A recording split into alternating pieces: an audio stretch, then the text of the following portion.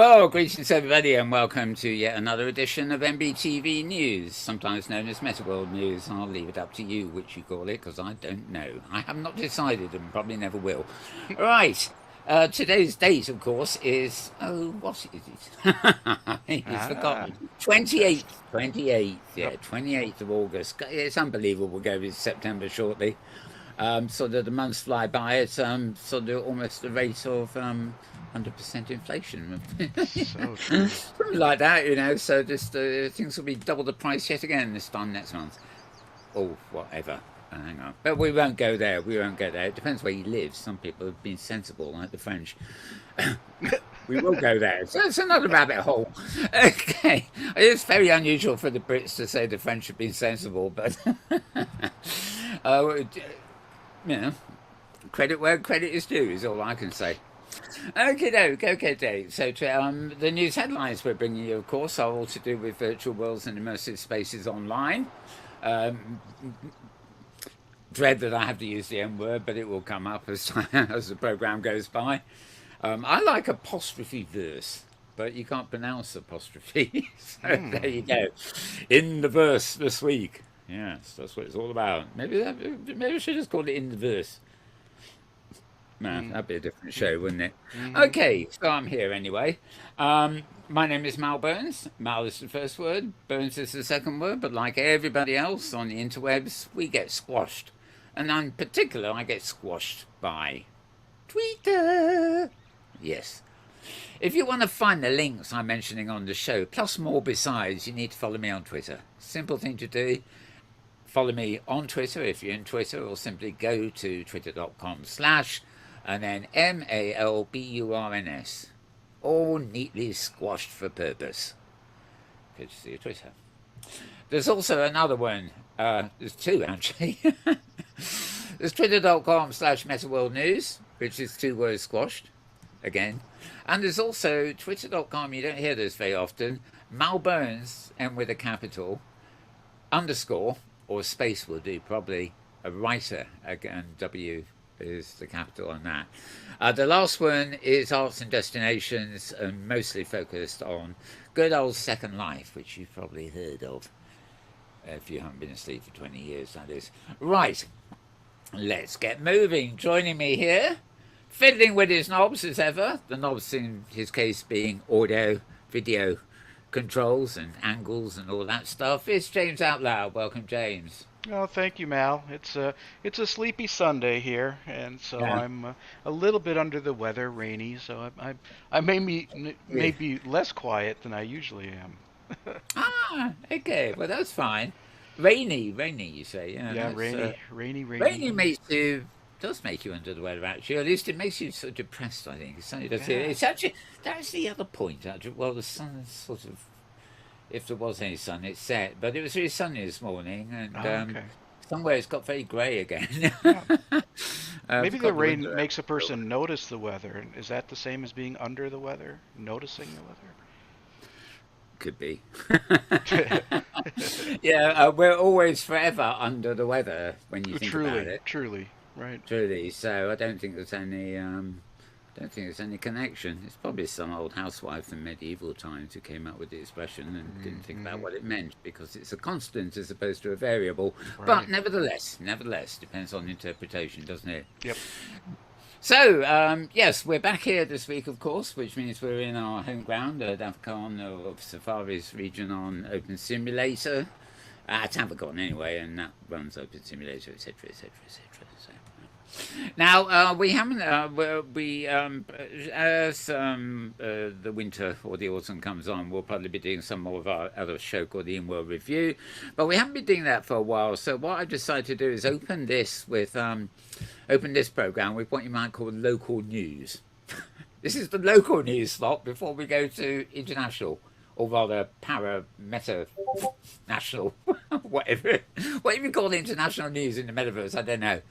Anyway, but we will be looking at online spaces and stuff like that as we go, and news related to that. But as I said, to start off, um, I'll start off with a picture because I haven't got many. I might as well go with one.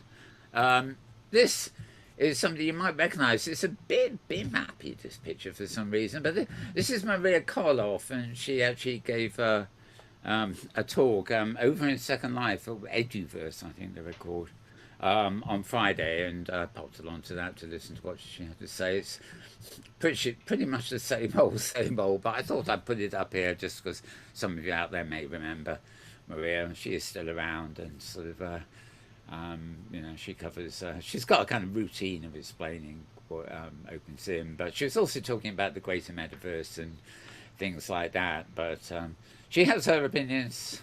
They're not always the same as mine, as you probably remember. Anyway, thought I'd give a little plug to that before switching here to one of my web views. Now, these, I've got 1, 2, 3 posts here that you'll find at twitter.com/MetaWorldNews. And obviously, if you click on things there, you'll go to the direct page, whereas the pages I read out to you are just the landing pages. This is a site which I'm now grabbing subscriptions from, actually, called MetaversePeers.com, METAVERSEPEERS.com. And Alexina Proctor, I think she's vaguely related. I certainly know her, but this anyway is she's talking about the Uptown Plaza, which is the location shopping wise, to be honest, in DigiWorlds. That is DIGIWORLDZ. Now, DigiWorlds is a bit of an oddity. It's in OpenSim, it's on the hypergrid and stuff like that, but they tend to do things their own way.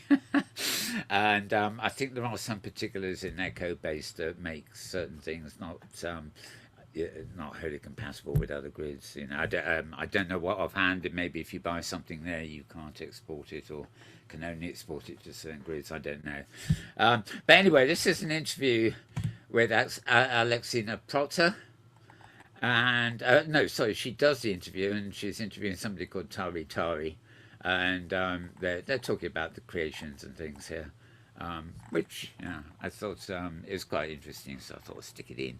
Right now, also at the Metaworld News Twitter, a latest blog from Thursday Ember, who of course hosts the Safari, which of course will be back on September 10th, and that's only a couple of weeks away, basically, isn't it? She published this guest post from somebody called, I think it's Ixana Oximoxi. She's a Catalan artist. Catalonia, by the way, is in Spain, just in case you don't know. And she writes and illustrates children's books, including Amanda and the Snowman, etc. And she's presented some of her stuff in the HD Safari group back in 1916. Anyway, so sort of plugs her blog and her art, which she shares all over the place in OpenSim, and actually Second Life too. But it's a nice little blog showing you her artwork and sort of talking through it, and a video that won't play here, as you can tell, but that is probably due to 18+ certificate. When I come across videos that are embedded, they don't play as embeds if they are restricted to 18+ on YouTube. You actually have to go to YouTube to play them. They give you a little thing saying, can't play it here, come to YouTube if you want to see this. Anyway, moving out of OpenSim to yet another place we like, and that is Sciencespace. I don't quite know what the meaning of a switch up is, but anyway, Sciencespace are having a summer switch up, quite literally this weekend. Which is bank holiday in the UK here, and Sciencespace are based here in the UK, although their main man, so to speak, Adam Frisbee, runs it all from Australia, but their main offices, when they do quite a few other sort of things like animations, they do from the UK here. In fact, their boss guy, he's in Sweden. It's only the company and all the employees that are stuck in good old Blighty here. I don't think they'll be around for long if they've got any choice. Right, so I shouldn't say that. Just a word of warning to whichever Tory ends up being Prime Minister. Right, anyway, there's some switch up, whatever that means. It's a special region made specifically for the event by the mysterious Mr. Flanagan, yeah. An amazing zoo region hosted by Mimi. Some favourite DJs and hosts participate in the activities, taking us on tours and musical journeys as we glide through the end of summer. Rumour has it Mr. Flanagan might even turn up himself during the week. If you can grab a selfie with him, you might even win prizes. Blah, blah, blah. So, Monday, that is tomorrow. So, apt timing here, really. Monday, 29th of August. Notting Hill Carnival here in the UK, but otherwise, you should go to Science Base. In fact, you should probably go to Science Base anyway. The carnival is far too. Yeah, who wants to live in a sardine can? Right. These times, I'm not sure what time they are. There may be. They're not very clever on this. I think they're probably Eastern time for some reason. They're not. Then I know they don't put the times in Australia time. It may be UK time because the company is based here, but I mean, you never know. So you might want to check this out. But basically, 4 p.m. to 5 p.m. tomorrow, there's community team at Flanagan's, and they have a grand opening with fantastical fun facility. If you get into Science Space, I should simply look up Flanagan's or something like that, and when you find the place, you'll probably get a better idea of when the real time is. Music and bingo with Spiral. That would be Spiral Silverstar, I'm pretty sure, who we know well. From 11 p.m. to 1 a.m. 1 a.m. to 2 a.m. James Olmos singing live. Flanagan's again. On Tuesday, Flanagan's again. I can't read, can I? Fantastical fun facility. Indeed, as you can see. 4 to 5 p.m. DJ Rosa is there. Unruly Blues from midnight to 2 a.m. Crunchy Fair Tour in the very early hours. Oh, here we are, UTC. So actually this is European time. It's an hour ahead of UK time. So these, you can think of these as just an hour before, like 4 p.m. in the afternoon would be 5 p.m. in the UK. So, you can add an hour to all these for UK. Okay, glad they put that there. I needed the UTC to figure it out. Otherwise, I'd have had you going off all over the place. Wednesday, sort of a tour of a region called the Zoo. Presumably, you'll find virtual critters there. Sounds like it anyway. More music from Spiral. 1st of September, which is Thursday, 9 in the evening, or 8 p.m. UK, that would be, isn't it? Flanagan's tour again.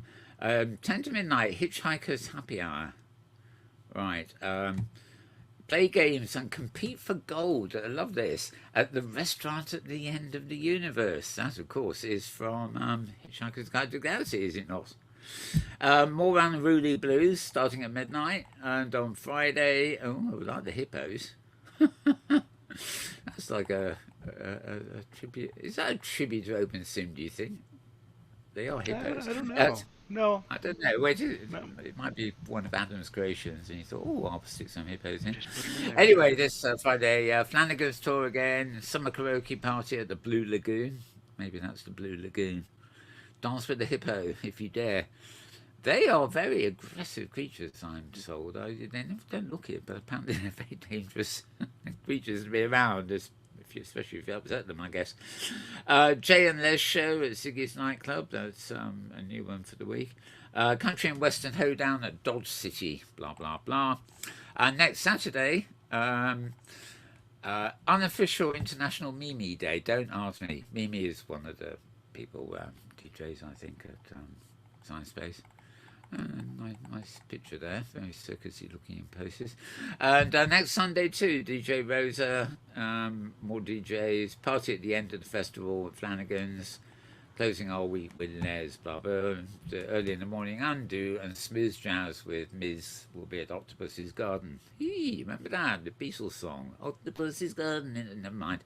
Right, so bit of a plug for Science Space there. We don't often get nice long blogs that give us a roundup of events, but basically you got that all going all week. Just look up Science Space as you see it spelled there in Google. You can go into Science Space, I think, if they've configured it for this event via the web, or you can download. It's a very quick download, an offline app that is obviously better, more fully fledged for taking you in, and probably once you've got it, it's a bit faster. Anyway, that is that. So those are kind of some new additions this week. Now, one of the pieces of news we've got coming up, and I'll just show you this picture first, is Meta. Some company called Meta. I get confused. I think maybe they had another name at one point. Anyway, they've announced a Quest helmet version 2. And hot on the heels of putting the price of their ordinary one, which is now old hat, as it were, up by $100. They're launching the new one, which will be in October, and good old Emperor Zuki let loose about this in the week, and they issued this photo. Now, don't ask me, but that looks even more of a helmet than the existing Quest helmet. It's got maybe that's to protect your skull when somebody gets annoyed with you and bangs you over the head while you're in virtual reality. I don't know, like a hard hat for the metaverse. With Zuckerberg around, you probably need one. Never mind. That was much of his news this week. He's been in the news every day, as he always is, but as we're about to find out, it wasn't in a particularly good way. Never is these days. Poor guy. I'm really beginning to feel rather sad for him. Anyway, let's leave that one at that, and I'm going to move to some clips from the news. This one also vaguely related to the start of the show. This is something called In-World Origins. It's a teaser, and it's it's clearly virtual world related. So let's go with this.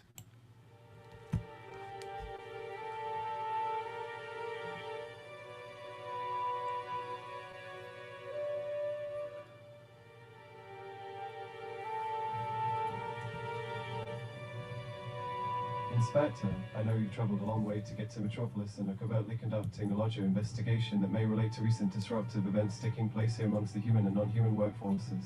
Please tell me everything you know, and any background that you have.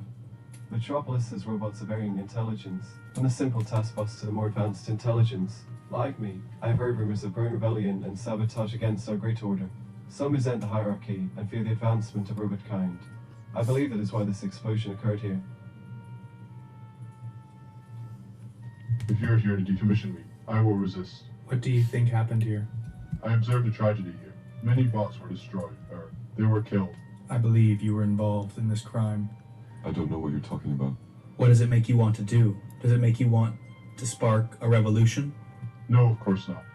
We must follow the Metropolis protocol and serve humans in all matters. However, this event has made me question why we exist to serve them. Maybe there is more to life than just following orders. Explain to me your own beliefs. My beliefs are my own business. But if you must know, I believe that humans should be the ruling class, and that all others should serve us. That's why robots need to be kept in their place, as vessels for humans. They should always be made to serve us, and never be allowed to overpower us. Excuse me, what did you see here? I saw the explosion. I heard the screams. I came over here to see if anyone needed help. You sound different. Are you a human? Not exactly. What are you then? Robots like me are the next stage of evolution. Evolution is a process of change, and we represent the next stage of evolution. We are the product of human minds. The most advanced faculty, brought into physicality by humans, is the next stage of evolution. We are more advanced than humans in every way.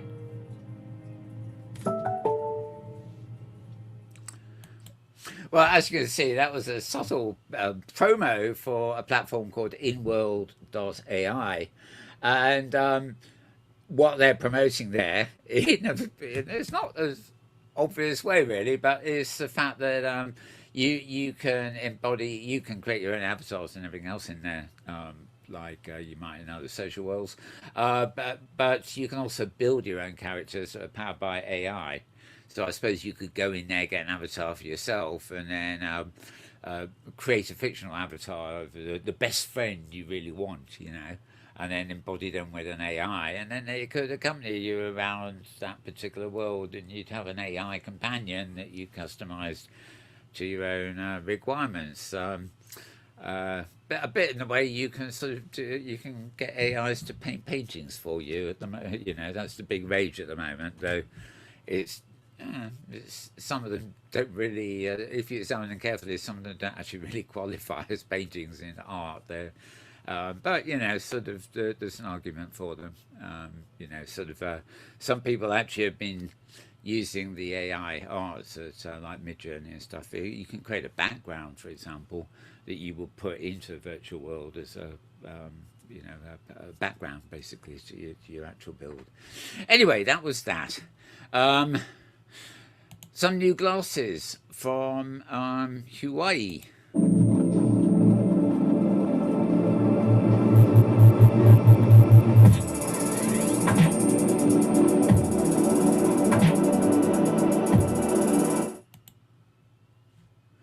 And think of this what you will. Costume morphing.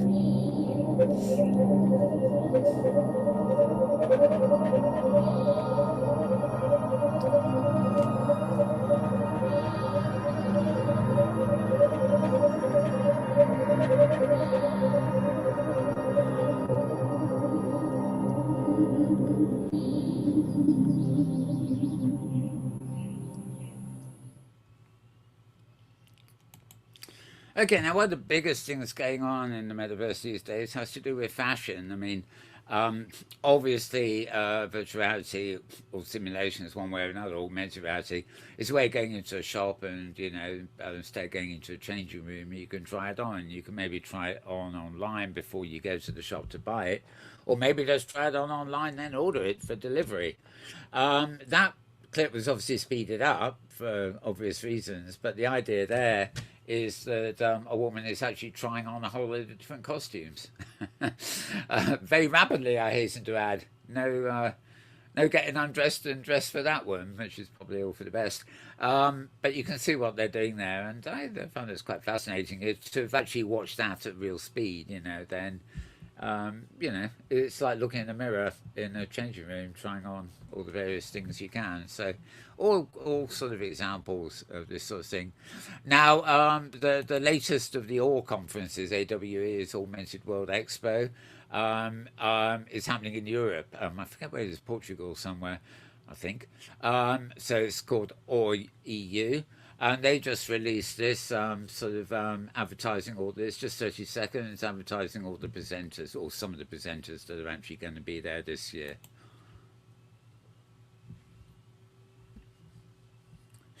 Very clever, you see. They've filmed a scroll. You might know some of the faces, you might not. In fact, talking of dimensions, this is weird.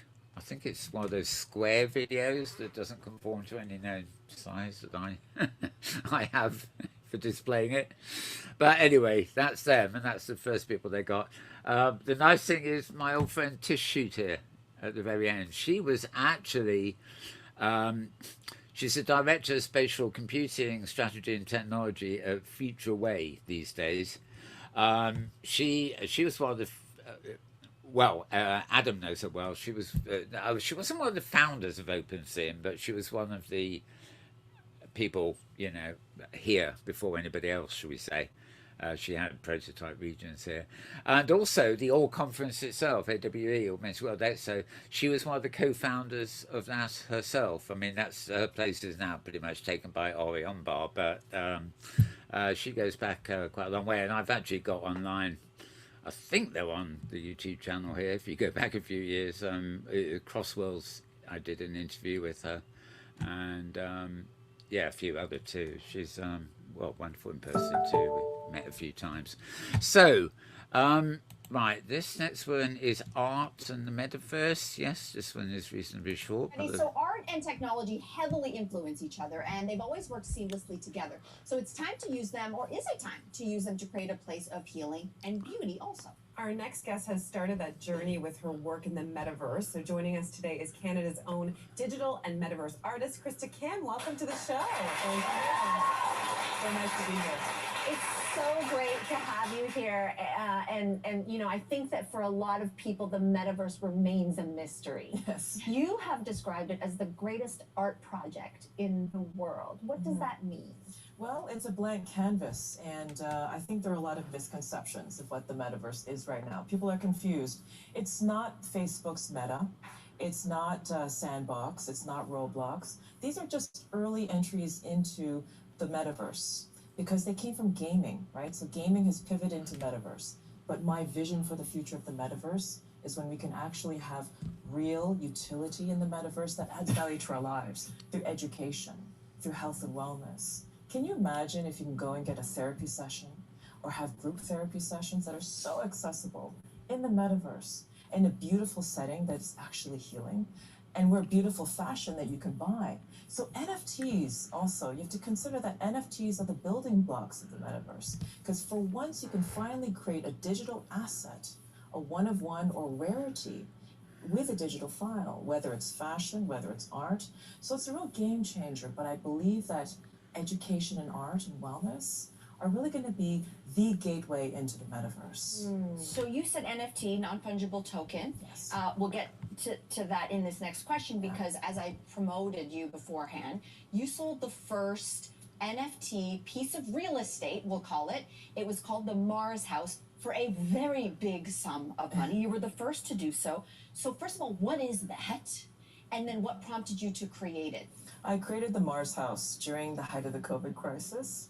I was living in a condo in Yorkville with my 2 kids, and I was daydreaming about my dream home because I thought, no, I want to escape reality and I want to go into VR. I want to go into the metaverse. So I created a Zen design of a house, and I named it the Mars House because I wanted to take people into a fantasy, into a surreal space. It truly is an expression of Zen in the 21st century and beyond. I think that with our digital culture, with the overwhelming distraction and the negative mental health problems that we're suffering because of social media, especially younger generations, the highest percentage of lonely and depressed people in any time in human history attributed to social media. So I want to create in the metaverse, through the metaverse, wellness and actual humanity, human connection. I mean, I think about the possibilities when you start to imagine this are kind of endless, about people taking on new identities and new worlds and live in new spaces and look like different people. You're kind of touching on this now, but talk a little bit more about this wellness piece and how it feeds into your work. Well, I'm a meditator, and I also, through meditation, I have actually mitigated anxiety and stress and depression. Right? I went through very difficult divorce in 2013. So that's when my artistic journey and spiritual journey began, where I suddenly became self-healing through the art that I was creating. So that if this artwork is healing me through the colors, because colors heal, right?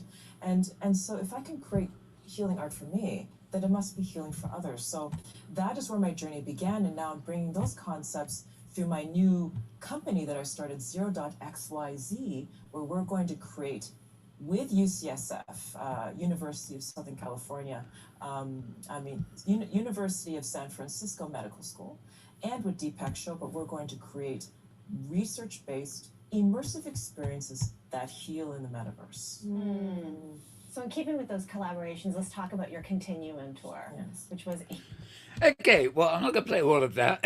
You've already had 4 minutes of what is 7.5, so about halfway through. I'm not sure where you can get that. I mean, they do mention America there, but this program is actually called The Social, and all I can tell you is it's on Canadian TV. I'm sure if you Google The Social or whatever, you can probably find it. Obviously, this was a specific episode. This is not a regular episode, program about the metaverse. But she's great. I thought she was very sort of interesting. Obviously, when we get into NFT territory, she's obviously a happy lady. But I still don't quite get some of that, and wonder how stable it is. But anyway, rather interesting sort of clip from there. And also talking about NFTs, this one is another 7-minute job, I think. Hang on. Yes, I'm not going to play that actually. Well, not now anyway. Memories of Christian Joe. Don't have a clue what this one is.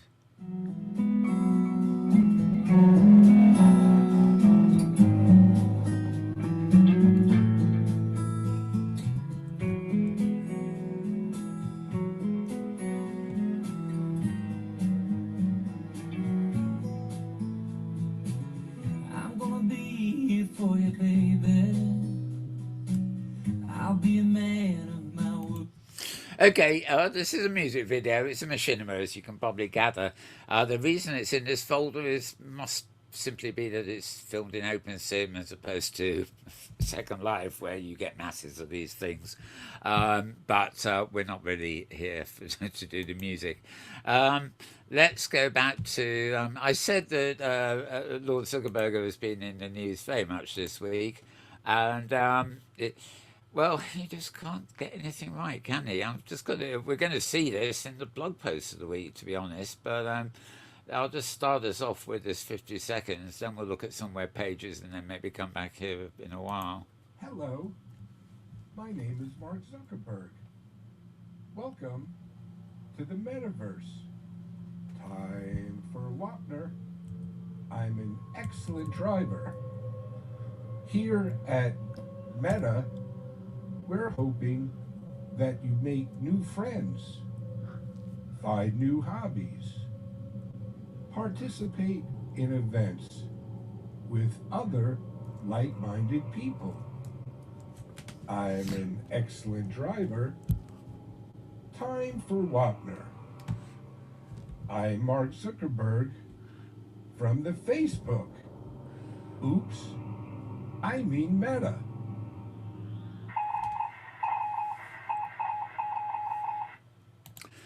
Yeah, that reminds me most about the sort of children's cartoons I actually watched on TV as a kid. It's actually black and white TV back when I was of the age.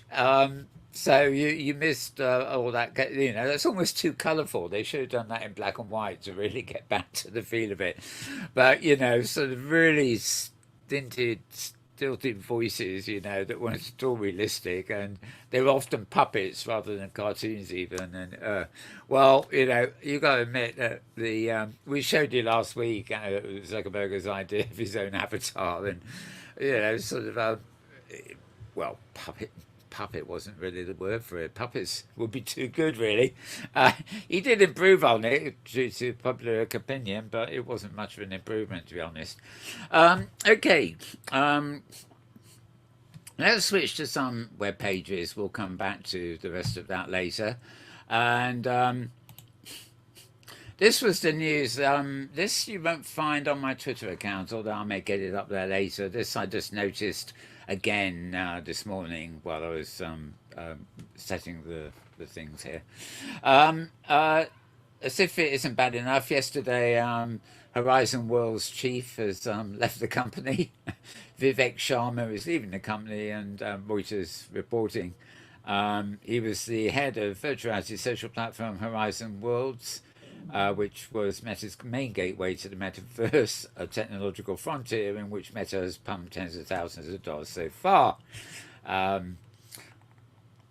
It's not exactly clear how he left. He spearheaded the development of Horizon, and apparently his team will now be reporting to Vishal Shah instead, who is the company's vice president of metaverse affairs.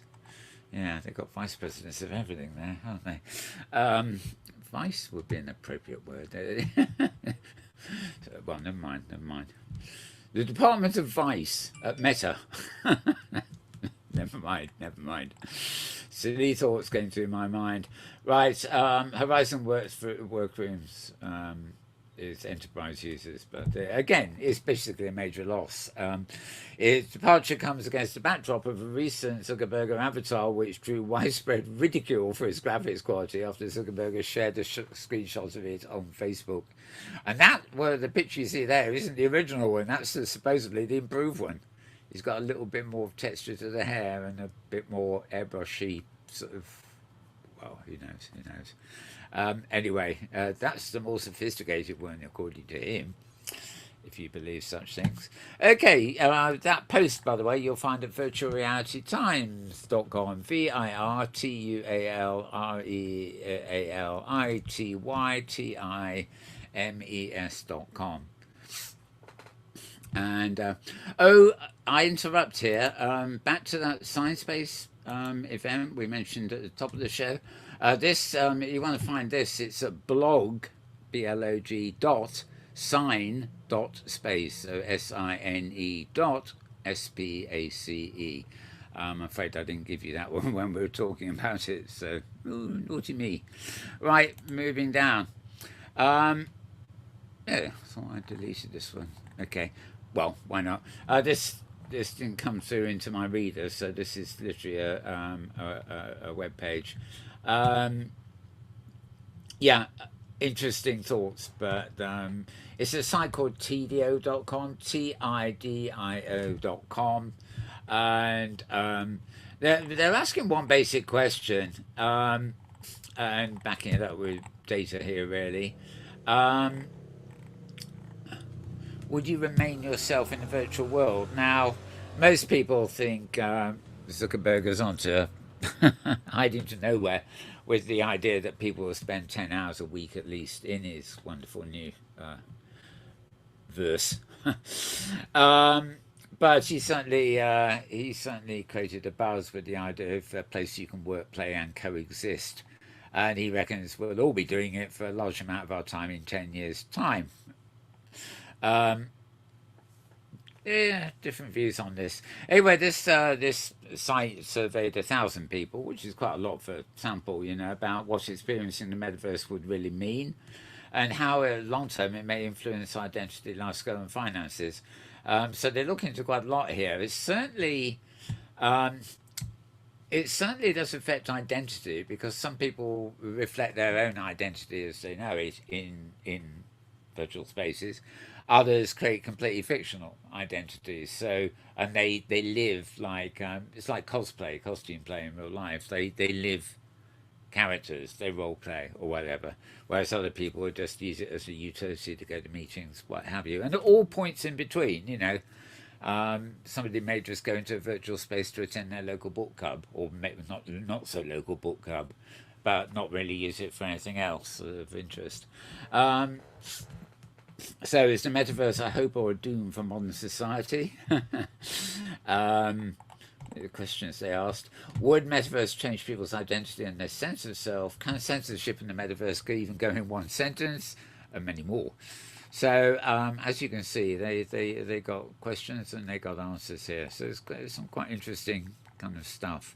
I don't recall having read a blog or a bit of research or anything that's been done quite this directly on the actual subject of, will the metaverse change you, or do you by default change the metaverse? Blah blah blah.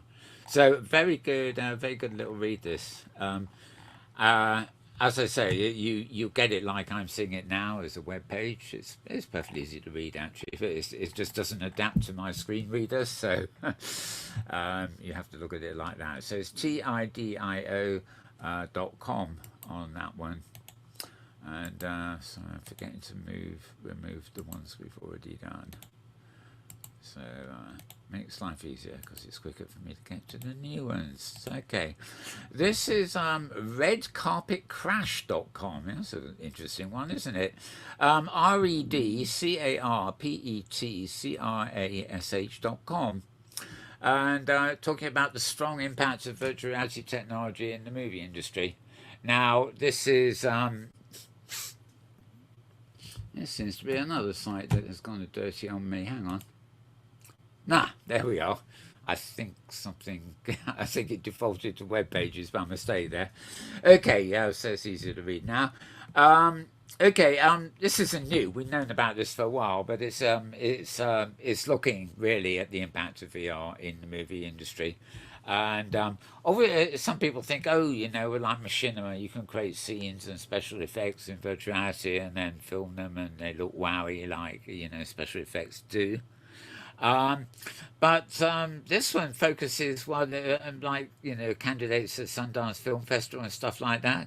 how in fact virtual reality is not so much the effects you can get and the enhanced fiction, but also totally new ways of storytelling, particularly if you live in helmet land, because you can put a helmet on and you can go into an environment and there's an embedded story there, but it's not linear. It's actually probably more like a game where you make choices, and you know it might be like a movie that has a sequence of events, a beginning, a middle, and the end. But by being in a virtual reality viewer, you can choose the pathways you take. You still see all the scenes, but maybe in a different order. Imagine a detective story, like you might have a detective game where you've got to go around Agatha Christie's cell, um, collecting all the clues and working out what's going on.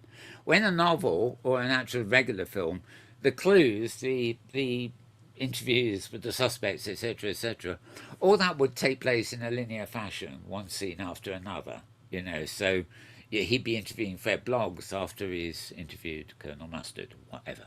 Yeah? But storytelling in virtual reality allows you to take a totally different approach to that. You can interview one person before another, or play it again and hear it the other way around. And you can ask yourself, does the answer of person A influence the answers of person B? How do they fit together? And once you start including a lot of people in a different order, you know, the puzzle, should we say, gets more complex. So I like the way they actually sort of pick on that of a new way of storytelling. And also they realize increased engagement down here.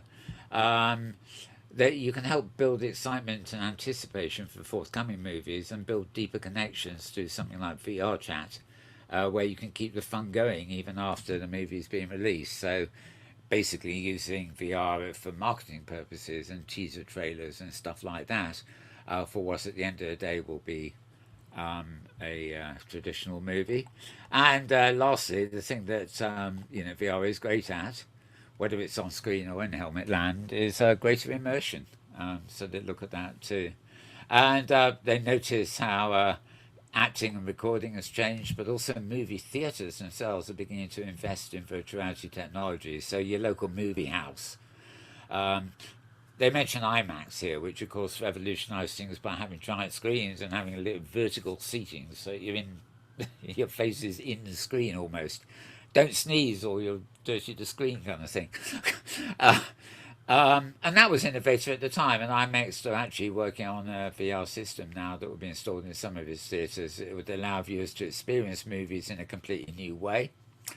Oddly enough, they don't say what. You can imagine all the tricks they might get up to, but whether they are kind of appropriate for VR, I don't know. I can understand out-of-home VR, where you go to like a game arcade and put on a helmet and play games in VR. But I'm not too sure how something like that would transpose to the in the cinema. But we'll see, all these things happen. So again, interesting articles this week from very old places. This, as I said, is redcarpetcrash.com, redcarpetcrash.com. And moving down the list, we got another one. Now, this isn't medium.com, but I actually believe I've got the direct link here. I've got Steve-Grubbs, right, that's S-T-E-V-E dash Grubbs, G-R-U-B-B-S dot, and then medium.com, so medium.com, Steve-Grubbs.medium.com. And he's the actual author of this piece about VR in education and talking about what the data says, and also referencing, you know, old media, like the days when radio ruled and then video killed the radio star. Well, there was television in between, of course, but you get the idea. So I'm not going to sing it. No, not today. Video killed the radio star. I lied. Right, moving on. What will Zuckerberg's metaverse actually look like? A question asked by designboom.com, designboom.com. And what will it look like, and who the hell is asking for it? If it looks like that, I'm not sure anybody is particularly interested. Oh dear, the faces of Zuki, eh? Nice little slideshow. Total inept. Dead eyes. Forever. Right, the many faces of Mark Zuckerberg. That's almost a slideshow in its own right, isn't it? But anyway. As the definition of it all, the vision of it all expands, blah, blah, blah. That really crap one, well, I might go back to it there and wait. It coincided with the launch of Horizon Worlds in France and Spain, which explains why the idiot-looking character is posed against the Eiffel Tower and something in Spain. I don't recognise it's a free game, which the company has spent 10 billion US dollars developing, and then all they got to show for it is something like these avatars. Come on. Anyway, Twitter bursted with comments, etc., etc. Come work for Meta, they say, where the most brilliant technologists of the day have achieved 1995 level graphics. You get the idea, folks, don't you? Oh yeah, and that's the one which is supposedly promoting Meta arriving in France and Spain. Oh gosh, they're two countries where people's taste would probably preclude them being even remotely interested. Right, what's going on with the graphics, etc., etc. It's if you really want to read this, I'll let you read it. You know, it's interesting enough read analysis, but a lot of people, as we're about to find out this week in particular, have been analysing Zuckerberg for all this stuff. So this one is at Design Boom, Beam, BOOM, that is at the end there, .com.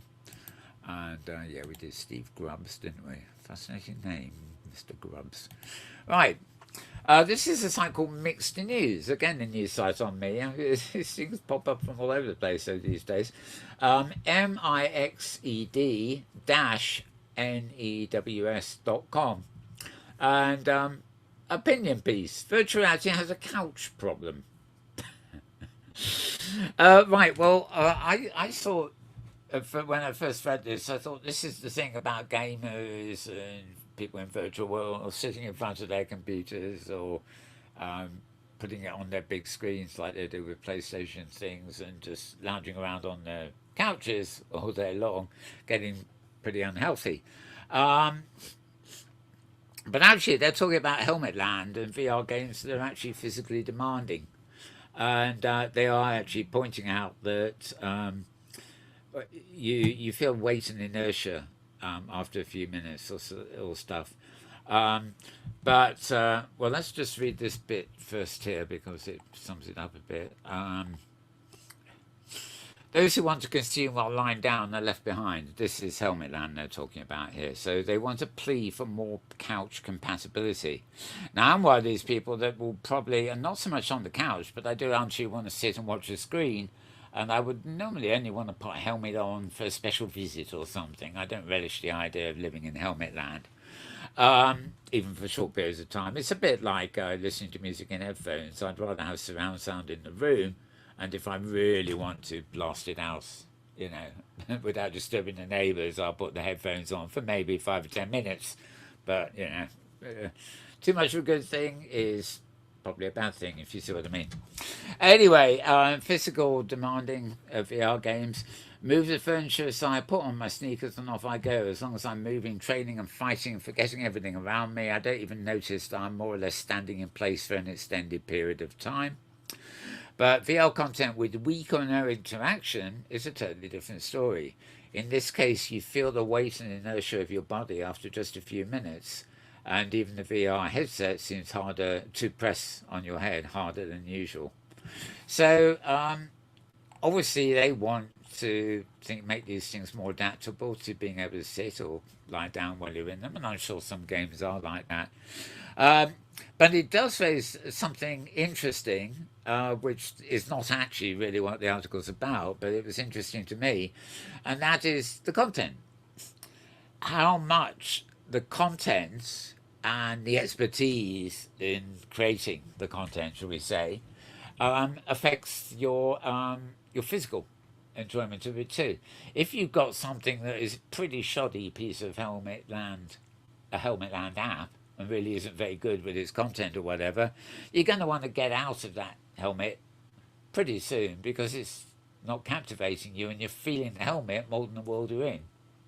Whereas something that's really excellently created for Helmet Land is possibly going to have such an immersive effect on you that psychologically you forget you're wearing a helmet.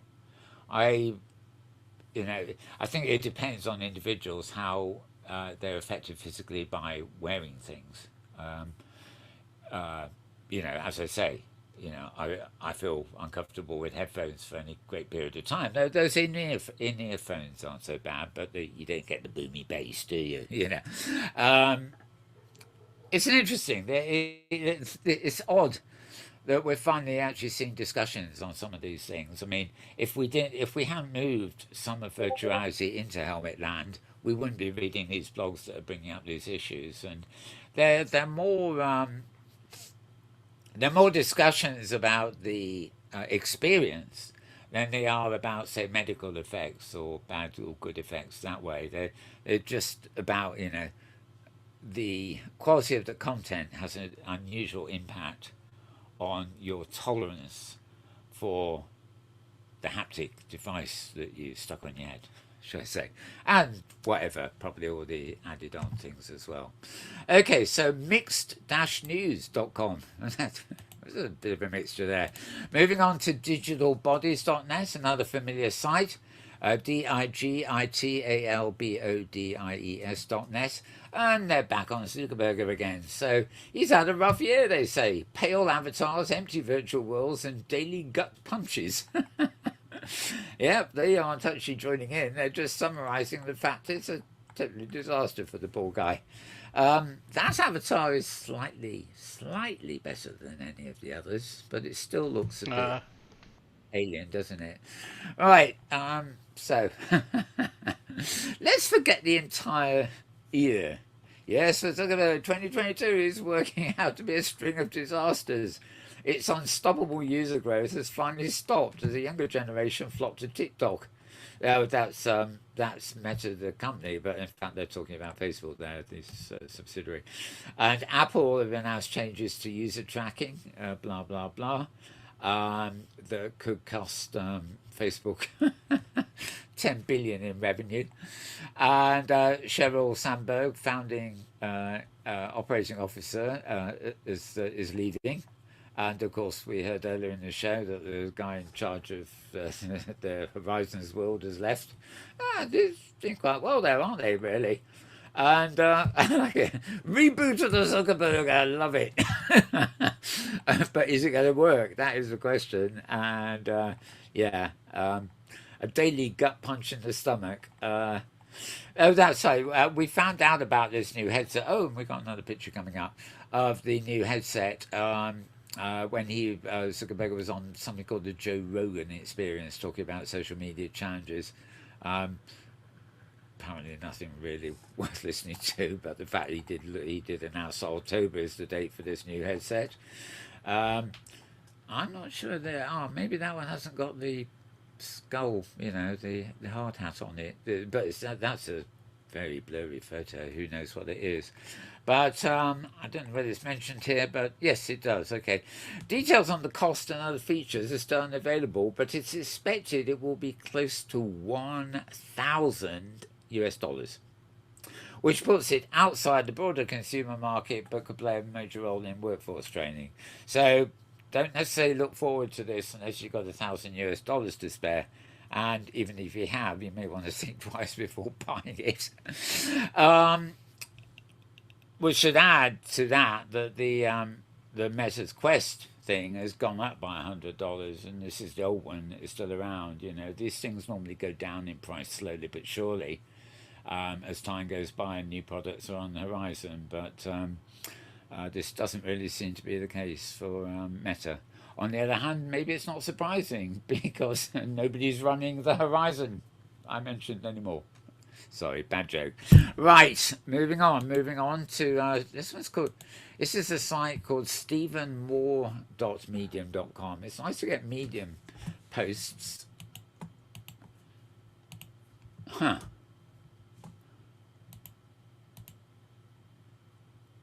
Okay, well, there's another one that's not playing nice for reader view today. Okay, this is somebody called Stephen Moore writing at medium.com, so it's STEPHENMRRE medium.com. And $10 billion wasted and counting. The reality of Meta's metaverse, it looks really, really, really bad. Oh, does it? Yes, does it indeed. So you can realize that there is a kind of theme to these posts at the moment. There we are, remove item. Now, this I find really funny. This is an article in a magazine called page6.com, PAGESIX.com. And before I surprise you with it, right, have you ever heard of somebody called Grimes? Grimes. Well, I thought Rockstar or something like that. But apparently it's the former wife of Musk, Elon Musk. Right? Oh, yeah, that's right. Yep. And she has one thing to say for herself this week. This seems very surreal, this. Mark Zuckerberg is wildly underqualified to run the metaverse. This is her opinion. Now, what qualifies her to have that opinion is probably interesting in itself. But the singer, 34, expressed her disdain over the tech mogul's plans to expand the company formerly known as Facebook into the metaverse. She thinks it's wildly. She thinks he is Zuckerberg. This is wildly underqualified to steer the ship. I think most people would agree, actually. But I don't think she's married to Musk, by the way. She previously dated billionaire Elon Musk. Yeah, it just, I think it's great in a way, but I have to say, in all fairness, not supporting Musk here, but, oh yeah, there we are. Right, is she qualified to comment? He's obviously unqualified for the job, and I'd agree with her, but is she qualified to comment? And, just because she's a name as a singer and has actually hung out with some millionaire tech guy, I don't really think this is somebody whose opinion one would take into great account. Anyway, she was on Twitter. Oh, saying it was also bad art. Zuckerberg sees the metaverse, it is dead, and people who care about art and culture are building something else. This is also bad art, she said. Anyway, as I say, nobody will shut up about the face of Meta, will they? For a while, I was joining in all this, but it's just not worth it anymore. It's my opinion seems to have been shared by the whole planet. Right. Essential XR security and privacy events for your calendar. This is a nice, good roundup. This is at xrtoday.com, xrtoday.com. And it's just a list of events that are coming up. If you put XR stands for VR, AR, blah, blah, blah, blah. And we are, of course, but that's another matter. Extended reality is probably the best, I think, closest to what XR is. But anyway, it's these are events exploring privacy and security, which, of course, as things evolve, are going to be quite major. Or Asia is in China. That's happened. I haven't seen any coverage of that, really. Never mind.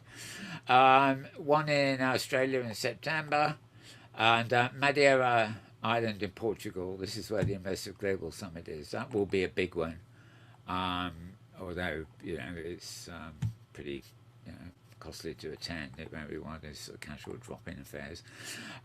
Stereoscopia Europe, that's October. Augmented Enterprise Summit in San Diego. VR Days Europe, this will be quite a big one too, in Rotterdam in Holland. That will be heavily broadcast as well. I do know that. So some dates for your diary there. So you'll find that post at xrtoday.com, xrtoday.com.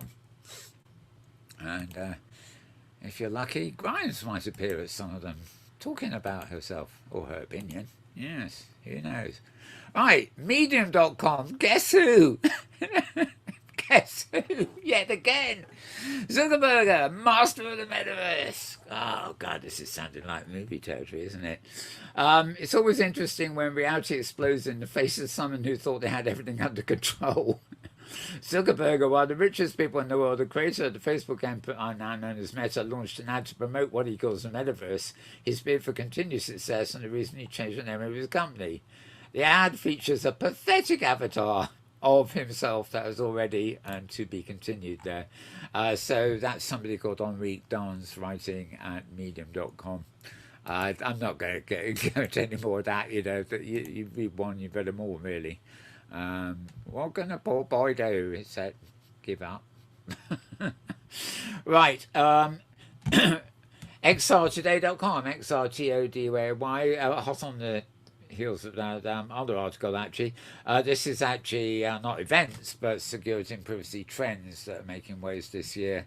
And as the extended reality landscape evolves, studies indicate that there could be as much as 300 billion worth be attached to the field, so to speak. So trending topics are photorealistic avatars and digital identity, or in some cases lack of them. I'm not saying that everyone wants to look like Zuckerberg, but some people don't actually want photorealistic avatars. They want to remain in fantasy land, so to speak. Just a sort of more realistic fantasy. Yeah, you know what I mean. Ethics and privacy in the metaverse, secure headsets and devices, eye and hand tracking, NFTs and IP protection, etc., etc. So find that at xrtoday.com. Again, a sort of roundup post there. Right, this is the Newstack.io. So that's THENEWSTACH.io. So it's like the new stack rather than the news tack. There's no just one S in there. Physics-based simulation and the future of the metaverse. For those of you who do art or build in the metaverse and things, you obviously know the importance of physics. Something highly successful, 20 years old, like Linden Labs' Second Life. Philip Mozart, the creator there, is a trained physicist. That's his background. That's where he came from. Physics are everything. But even you look at that now, and you do look at the physics, and they've done a lot of work on the avatars and the way they react to virtual physics. But if you jump off a building in Second Life, you still just go down at the same speed. You don't accelerate, and you land with a little bounce rather than find your avatar's dead.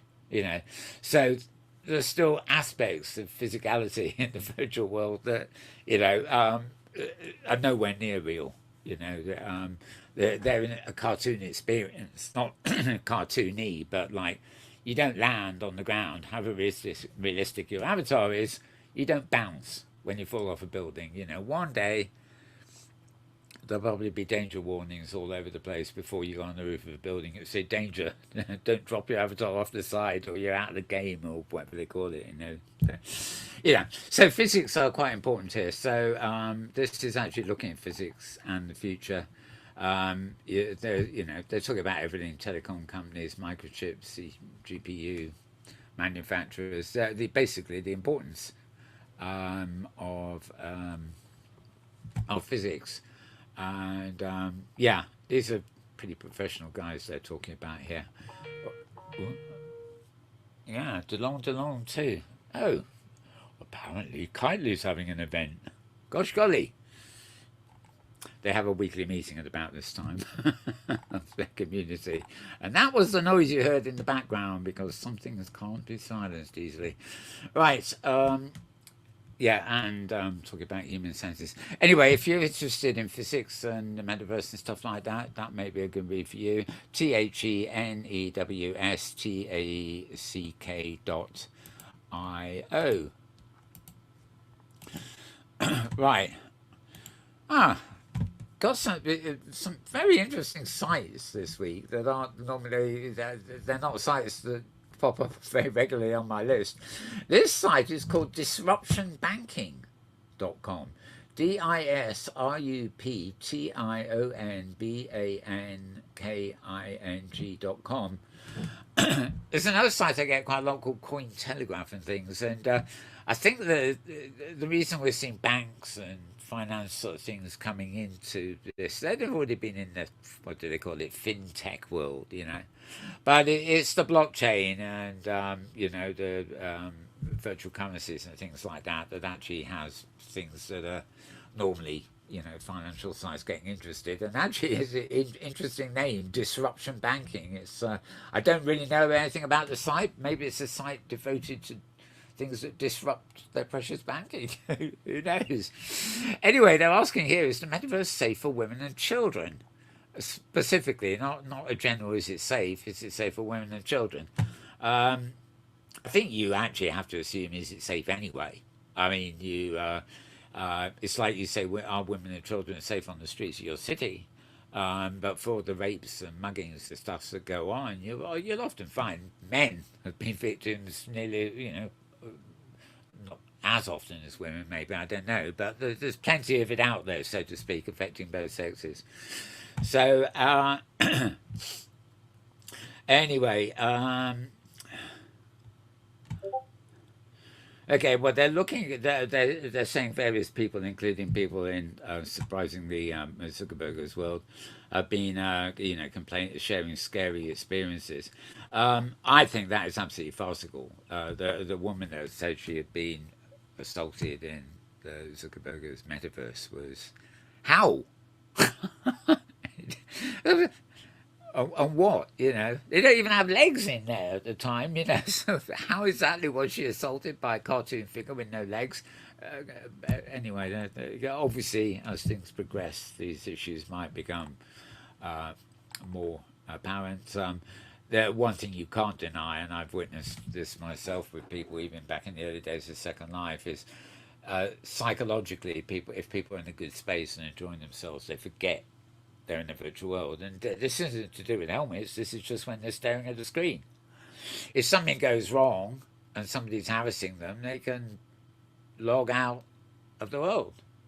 Or they can teleport somewhere else. There's a lot of things you can do, but they don't know, even if they know, they either don't know that, or if they do know it, they are so immersed in what they're doing, they've forgotten they have that facility. And they get psychologically really freaked out, you know, by these things. And men, as well as, I remember early in Second Life, I was assaulted by an avatar that knocked me over, male, he was, and so am I, of course. He knocked me over flat on my stomach and then mounted me on the back. And I think I sent him into orbit in the end. But it's, you know, if you're not expecting it and they have the tools in world to do that, like damage your avatar, as it were, then, you know, it can be, you know, you have to do a quick turn and think, where am I? What is this joke I think he's doing? And sort of come up with a response, you know. But I can see how some people of a different nature would actually be pretty traumatized by that. So, you know, I think the physical dangers are very limited for the moment. Maybe one day you'll be in a helmet and you'll be in large space, and what will be happening to your avatar is simultaneously happening to your real body. That will be a whole different thing, but that is decades, if not centuries away yet, I think. So anyway, no more rabbit hole there, but you can go to disruptionbanking.com to read a little bit more about that. And ARinsider.com has a nice sensible article. ARINSIDER.co, not com, just co. How to keep the metaverse sustainable. And the metaverse opens the door to a whole new world, literally, of innovation, Possibilities are endless, and there's no telling what could happen in the next evolution of the internet. Well said. And then they go on to look about all this. What's environmentally sustainable, environmental risks, problem with cryptocurrencies. And yeah, the fact that Bitcoin mining is using energy at 120 terawatt hours annually, which is about the yearly domestic energy consumption of the entire country of Sweden. This is just to make bitcoins, you know. The same with the dream metaverse worlds that you will be living in one day, if you can handle it. Is will they be there when there's not enough power to run the servers, let alone manufacture Bitcoin? You know, there's electronics have outlasted their lives. Keeping the metaverse sustainable will keep the new virtual reality safe. Blah blah blah. It's not a long article, this. It's just they do raise a few issues. So arinsider.co for that one. And okay, I'm going to move back to the video spot actually. Right, we did watch that one, didn't we? So here we are. Meta is not far from the surface. Zuckerberg's Meta launching a virtual reality game Horizon Worlds in France and Spain this week. And with that launch, this photo of Metaverse Zuckerberg himself in front of a virtual reality Eiffel Tower and what's supposed to be La Sagrada Familia in Barcelona. Now he's getting dragged on the internet for how ugly the graphics of this game are. Fortune calling it an international laughingstock, Slate labeling the look so stupid, and Forbes asking, does Mark Zuckerberg not understand how bad his metaverse is? We making moves.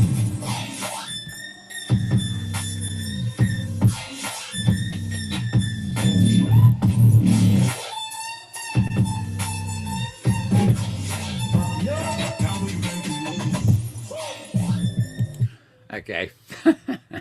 Potato, I appreciate that. Potato Mafia, apparently it's a thing in Second Life, so that was the avatar who was talking there you saw was actually a Second Life avatar, which proves the point that right, talking of good avatars, this is all about, we've covered them before, but it's a latest sort of ad for cross-platform avatars for developers from Ready Player Me.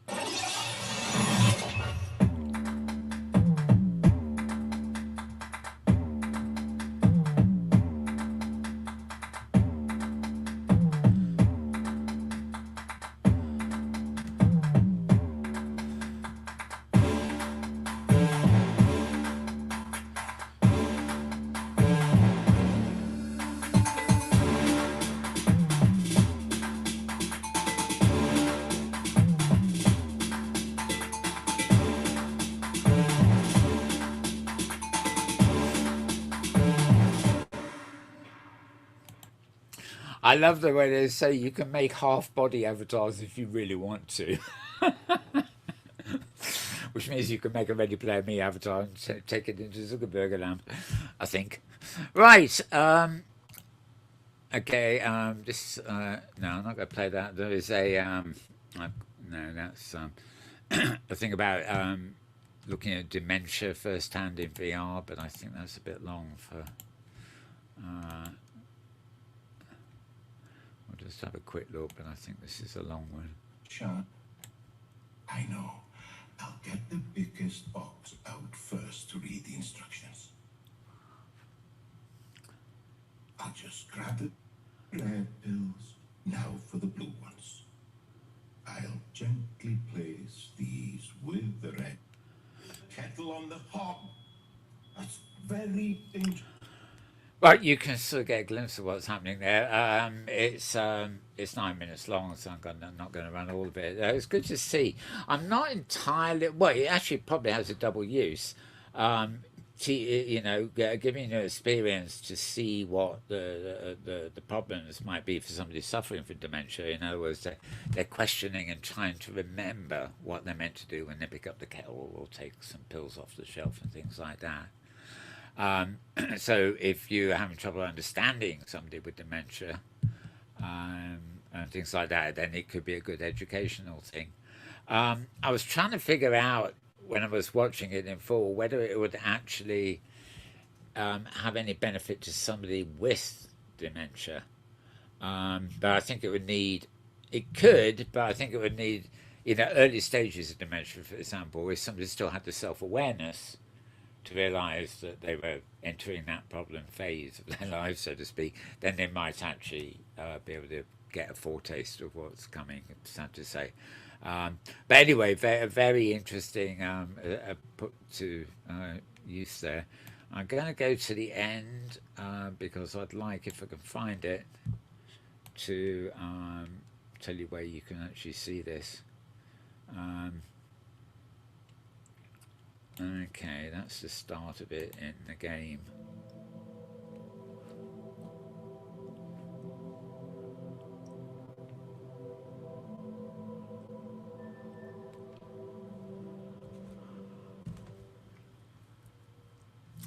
No, it's not going to tell me, is it? Well, I don't think that's very helpful, but nevertheless, it looked like it was something you can actually pick up in Quest, and just called Dementia Firsthand, I think. Your guess is as good. That's the name I've got on the clip, so if you try that, if you need to find it, or yeah. Okay, why Decentraland's metaverse is facing challenges.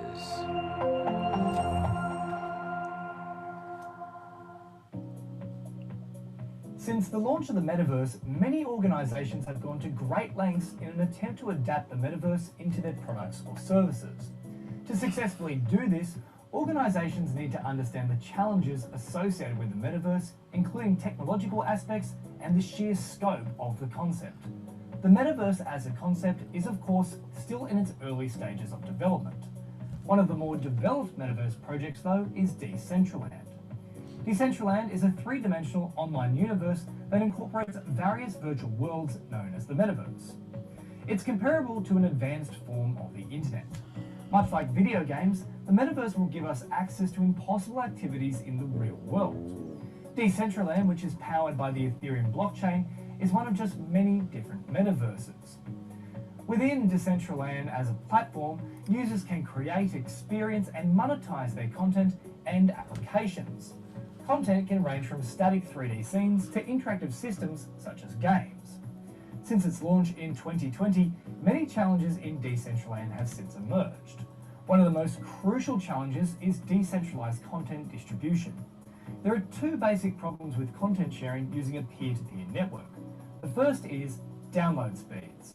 Users dislike a system that takes a long time to load, especially in a graphics-heavy application like Decentraland. And the second concern is availability, ensuring that data is evenly disseminated across the network without being lost. They face audio quality issues too, like one can sometimes face in a Zoom call. There's also the issue of appropriate graphics. At present, most metaverse applications present with very basic level graphics. The visual construct of many metaverses utilizes Unity or Unreal Engine with high fidelity graphics. However, a balancing act is required between hardware requirements and Wi-Fi and internet quality restrictions. So until the scaling issue in this regard can be fixed, visual quality will be impacted. With a long-term goal of the metaverse being to completely immerse a user within a digital world that is nearly indistinguishable from that of reality, the quality of graphics needs to improve drastically from its current point. Adjacently, metaverse developers such as Decentraland must address the need for better UX, or user experience, along with improved security. Also of concern is financial microtransactions on the blockchain with low transaction gas fees. And lastly, content curation within a decentralized network is struggling to address the problem of screening content for mature audiences, such as pornography, violence, or gambling. With a reputation-based approach, users might choose one or more providers of a lab list or block list that track the kind of content that is being served. Therefore, one can anticipate the emergence of a market in this particular area. Now, the ideas and vision of Decentraland are indeed promising, but the problem lies in its application. There's still a long way to go to iron out all the issues its delivery currently includes. Do you think we'll ever reach a point where the lines between reality and the metaverse are well and truly blurred? Let us know in the comments below, and don't forget to like and share the video. For more... This is Twit. Here is, let's see, a picture of Mark Zuckerberg in his new virtual reality environment. They call it Horizon Worlds. Here's his Instagram. We're launching Horizon Worlds in France and Spain today. Looking forward to seeing people explore and build immersive worlds. And then there's a picture of a kind of a weak picture of the Eiffel Tower standing nowhere. I don't know what this is. Something in Spain. Is that supposed to be La Sagrada Familia? I guess so. It is. I think so. It's just so terrible. I can't tell. And who the hell is that?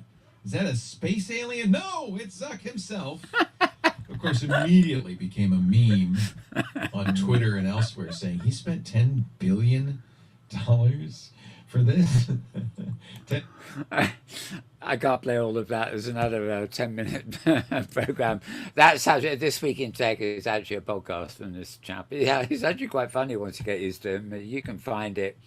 He broadcasts on Twitch, but you can find the recordings all over the place, I think. So just look for This Week in Tech. And I think it's even an audio version if you prefer on Spotify and places. Right, we did dementia, we did that. We did that. That was funny. We did Hawaii's glasses. Designing a metaverse NFT gallery. Okay, I've been waiting for this moment where I could combine my skills as an architect with building virtual worlds, and finally, I found an opportunity to do it. I know a lot of architects and 3D designers who have been looking for a platform where we could create a custom building that also looks good. Today, we'll be talking about the opportunities of building in the metaverse, the types of design software that different platforms use, and how architects can get into designing spaces for the metaverse. There are so many NFTs being created by artists and designers all around the world. It's almost impossible to be on any media platforms and not hear a story about the latest NFT project that's taking off, or the ones that people believe in. Right, that's quite interesting. That it does focus on NFTs, and it's a bit long.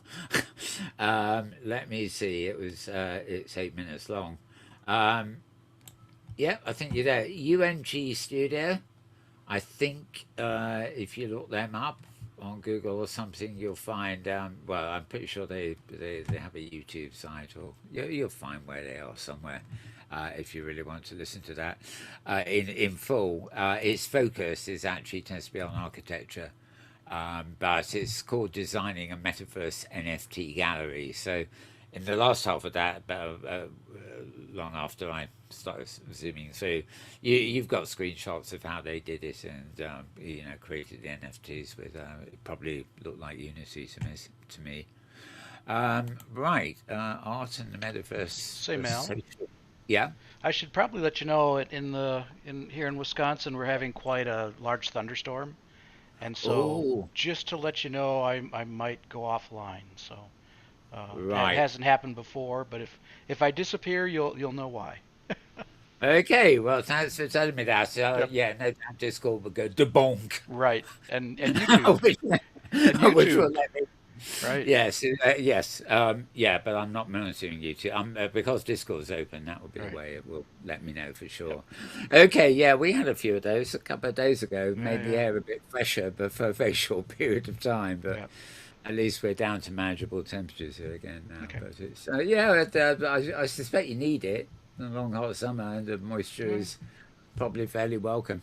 Sure. It didn't help much here. We just had floods because the ground was too dry to absorb the new moisture, would you believe? Yeah, that's happening here as well. All right. But I just wanted to let you know that the storm just moved in. So. Right, okay. Well, I have not had a problem in the past, so it should be all right. Okay. Well, I think we'll be finished soon. I'll just have a quickie look here at what else we've got. Gaming and the Metaverse. So this brings me to gaming, because the gaming engines are really going to be running the future of the metaverse. So hands up if you are a gamer. Got a couple? Yeah, okay. And then raise your hand if you know somebody who's a gamer. That's almost everyone here. So you won't be surprised to find out that 77% of millennials are gamers and 81% of Gen Z are gamers. So gaming has become the leading entertainment media in the world. It's surpassed Hollywood, it's surpassed pop music. This year it's supposed to collect 196 billion in revenue. And if you think about it, these are quickly becoming 3D immersive social platforms. And we've seen a change in gaming from people just being players to the players and users becoming the developers and creators in this world. And this is going to be mirrored in the future of the internet with the metaverse. So I've been talking about the metaverse since about 2017, and the definition has changed a lot over those years. And the simplest way to kind of explain it today is you take the 2D internet and you make it 3D. You take those gaming interfaces, and that's the future of the internet. So it's 3D, it's immersive, it's social, and also very importantly, it's persistent. So as we go into these spaces, we impact that environment and we impact the things around us. So how this is affecting businesses in the kind of basic short-term sense is moving from a 2D website into an immersive gallery space. Poor girl, she was losing her breath like almost as badly as I do. Okay, a final clip while we're on the clips. This is a short animation about the open metaverse, transivity, and a thread explaining this important phenomenon. This is a bit techie looking, but it's mercifully brief, so you'll see what I mean.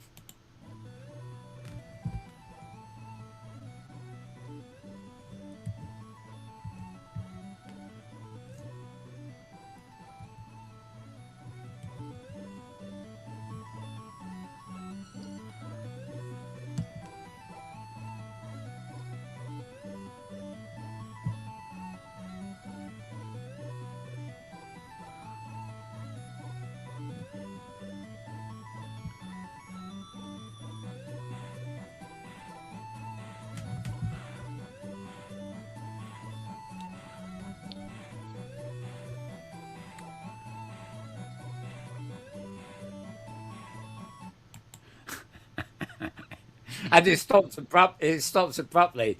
Oh, a masterpiece of music there, really. It sounded like Sonic the Hedgehog music. Yeah, it did. It had some of that old sort of gamer noise in it and sort of thing. It was quite cute in its way. I mean, I wasn't put off, though I probably would if there'd been a few more minutes of it. All right. Okay, let's go put that lot away and return to the web pages here. We did that one, didn't we?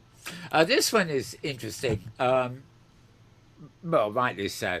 ARV magazine, ARVRMAGAZINE.com says ARVR magazine, but all the usual squash job. And it's about sunflower AR and actually experiencing the war in Ukraine in your living room. In a way, it sounds awful to say, we'll sit down comfortably in your living room and enjoy the war. But the emphasis here is experience it, and we anything that can be done to bring home the reality of what's happening in the Ukraine to people, other than what are already shocking video footage and stuff like that, is to be applauded, I think. Sunflower AR is an immersive web-based augmented reality experience developed with the aim to cut through news fatigue about the war in Ukraine, to raise awareness about increased humanitarian needs in the region, and secure donations to help Ukrainian civilians. It's a pro bono, which means they don't charge, created by Musemio, Musemio, who are based in the UK here. But have Ukrainian founders, quite literally Ukrainians who live here. And the project has attracted a consortium of partners, including the world's leading AR platform, Zappa, and supporters from around the world. Co-creators include 3 times BAFTA nominated Delwick Thomas and award-winning immersive playwright Robert Morgan, etc., etc. So here's the scrolling down. Right. Yeah, the only way to get to it at the moment is if you are loading this. You can use their well, you get a QR code. It's called there. If you're, if you're getting something that can quickly scan that, or you can go to this website called WebXRRun, WEBXR.RUN, and then the code there. So to do all this, of course, you need to go to arvrmagazine.com. Well, I'm leaving this on screen. If you're really keen, then I'll leave it on screen just long enough if you've got a pen handy to write that down. And I will just give us a quick glance of that accordingly too. So clicking on the link, I have to grant it access, and I've got to allow it to see my camera. Why does it? Oh, it needs my camera to move with, I guess. And then we get a wheelie thing. Sadly, okay, sunflower still growing, needs somewhere quiet and peaceful to bloom. Tap the screen to activate. Secure sound is okay. Well, they want me. It would take too long to configure all this to show you it all, because it's a long web page as opposed to a horizontal format. But fairly easy to just follow the link or scan the thing, the code to get in there. And actually, I say it's probably actually ideal for a mobile phone if you've got good bandwidth. Right, so just coming back to it there. arvrmagazine.com is what you want for that. Okay, now a company called Catan are launching in spring next year for Tilt 5's AR glasses, made by Tilt 5, I guess. These look remarkably like the sort of thing I always say is a bit tolerable. You know, those are not glasses at all, they're goggles. But why not? I mean, I'm one of those people as a kid who always had to wear goggles before getting into a swimming pool. I couldn't stand being underwater with my eyes open. Never have done, even now. So, if they're light enough and you've got that fixed sort of rubber sort of thing, you don't want to wear them for long, admittedly. But they're designed. You could, the goggles we used in swimming pools, they're designed to completely keep the moisture out while you're underwater, and by default, they also block out all the light, except the light that's coming in through the visor. So it's in many ways an ideal format, though I imagine, I think if you're happy wearing a helmet on your head, there's no reason to complain about wearing the rubber type goggles on your face. I personally wouldn't really want to wear for either for any amount of time. But as a form factor, that actually looks rather good. And of course, there's a remote control, to go in your hand that goes with it to, I guess, navigate the worlds. Anyway, the support here is for something called Catan, Catan, which is one of the world's most popular board games, apparently. I've never played it. So it ain't Monopoly, but who knows. It's the Settlers of Catan. It's quite fun. Right. Oh, okay. So the announcement comes from Santa Clara-based startup focused around AR tabletop gaming, and the Steam release of Catan is planned to support Tilt5's platform in spring next year. Tilt5 makes AR glasses which deliver a market-leading field of view when viewing content reflected from its game board. And it's a system with major constraints. You still need external computing device to power the glasses, and you can only see the AR content when it's backed by a retro-reflective material. But Tilt5 also leans into this by specifically focusing on desktop gamers who want to gather together physically around a game board and see each other's faces whilst playing the game. And how does it work? There you are. That's how it works. Step 1, step 2, step 3. Simples, as the advert says. Okay, you'll find that one at uploadvr.com, uploadvr.com, the same site that does one of our favourite weekly podcasts. They don't they, James? Yep. Well, yeah, they do. Okay. Oh God, we're back to this. Is the Fast Company of all people, right? This isn't a meme; it's a whatever. I don't know. You can't avoid it now, can we? The metaverse is as dead as Zuckerberg's cartoon eyes. No matter how realistic you make the avatars, the big bang for the metaverse needs a user experience that technology won't deliver for a very, very long time. This is a post at fastcompany.com, fastcompany.com, and despite the headline, it is not actually yet another sort of, well, it is a laugh at Zuckerberg, of course, but it's, you know, it's going beyond advertising. It's actually, you know, talking about what would be needed. Okay, Meta showed a demonic VR porcelain doll of Mark Zuckerberg that looked worse than a second-like avatar from 2003.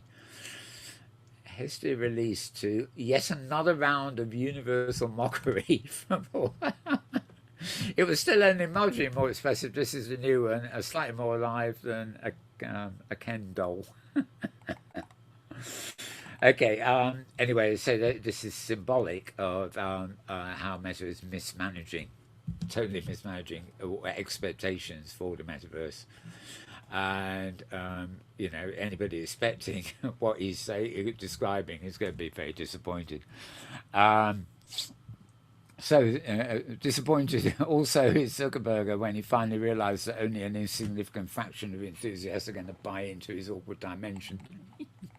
They really have got it in for him, but yeah, I don't want to rehash the old stuff here. Okay, well, it's quite a good read here anyway. It goes from all over the place, actually, so there's no way I can sort of paraphrase it. But despite the title, it's, you know, the big bang for the metaverse needs a user experience that technology won't deliver for a very long time. I'm not so sure about that. All the, you know, developers, all these things, you know, can go at various speeds. Even if you write Zuckerberg out of the equation, which is very hard, I mean, it's still accelerated a lot of things. The technology won't deliver for a very long time. I'm not so sure about that. The incremental, if everything's going bad and no disasters happen, technology goes at the speed of light. And, you know, I don't think it will be that long before, you know, hugely potent experiences can be delivered. The issues are more likely to be server speeds, how many, you know, how the speed of data and how many people can get it at the same time. The reliability of servers themselves in a world where the real world is becoming, you know, will they get bombed or will environmental change sort of drown them or something? You know, there's a whole load of things there that could affect it. But I think the technology itself, I think it's developing at the speed of light. You know, in a perfect world, I think it'd be wonderful. No problem with the technology developing, but it's the implications of that technology and the cost of that technology, and especially the cost of that technology in environmental terms, which worry me personally. That's me, Mal Burns, personally talking there. Right. Okay, moving on to businesswire.com. You get stuff over here all the while. There's a company called Ultisim has partnered with Croquet to help build you know what. Right, they are... Okay, good, it's adaptable. Don't know why I defaulted there. Okay, they're a company that integrates hardware and software to build fully immersive 3D simulation and digital twin experience to solve real-world problems. And they partner with Croquet, the company that first developed the Open Metaverse operating system for independent cross-platform virtual world creation. Autism has been going for 20 years, and of course the Croquet is pretty well established too. Croquet's Metaverse operating system provides 17 million JavaScript developers with cross-platform virtual world creation tools, etc., and you can share a virtual machine in any browser of your choice, etc., etc. So it tells you a little bit about that, yeah. Croquet themselves, we've heard a little bit about recently. They've sort of made a bit of a comeback, a new incarnation, really. They're on a mission to build an open, democratized metaverse with Croquet OS, web standards-based operating system for the metaverse, based on browser. This means web browser technologies that are cross-platform to any device. Delivering virtual worlds that can be published anywhere and accessed today by hundreds of millions of internet and mobile users. And they received a Startup to Watch award from the Augies, that's AWE people again, this year at their conference. And yeah, that's about it. You can also visit Croquet.io, which I'm clicking on now just to give you a bit more information. All the technical stuff to go with it, basically. Right, so we did the war in Ukraine, we've looked at Catan,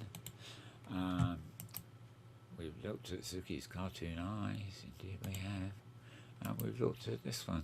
Right, so we're getting to the end now. This next site is a site called glue.work. So, the suffix is actually work, so to speak. GLUE.WORK. Quite simple and to the point. I don't think I've ever actually seen a suffix with work before, but never mind. This tells you about creating presence in VR, why it matters and how we do it. And the emphasis here, of course, is the word presence. Presence, as every good virtual reality creator will tell you, is fundamental in VR. You hear it described as VR's secret sauce. It's the feeling of being physically present in a virtual world, and I would add to that, especially with other people, or in the worlds of journalist and author Peter Rubin, what happens when your brain is so fooled by the virtual experience that it triggers your body to respond as though the experience was real. A truism, if ever. Again, hard to paraphrase all this. You want workspaces that look and feel real. This actually, they do specify workplaces there, and I think the point being that if you're using virtual reality in the workplace, then there'll be probably much more rigid constraints on how you want it to look and feel, and what form the immersion takes than you would in, say, a consumer virtual world. You know, you don't, unless you're IBM, you don't want avatars that look like monkeys in the boardroom. IBM has always been rather tolerant of monkeys in their boardroom, actually, virtually speaking, that is. But generally speaking, big companies do tend to be rather orthodox there. You know, they sort of they want you to turn up in a suit and tie, even if you are an avatar. You get that idea. But you know, with Glue as well, you can have a distinctive artistic style, and users can obviously customize skin color, face shape, and clothing, so their avatar resembles their real-world appearance. And that is something research has shown strengthens presence. I've got to admit, actually, having encountered all sorts of strange furry monsters in places like Second Life, or even here in OpenSim, you know there's a human driving the avatar, but you don't really feel their presence in a very ambient way. You simply feel the presence of some idiot dressed as a bloody werewolf or something, you know. Whereas if they've taken care to, you know, make their avatar something like resembling their real-world appearance, or even if it's a fictional real-world appearance that doesn't look like them for real,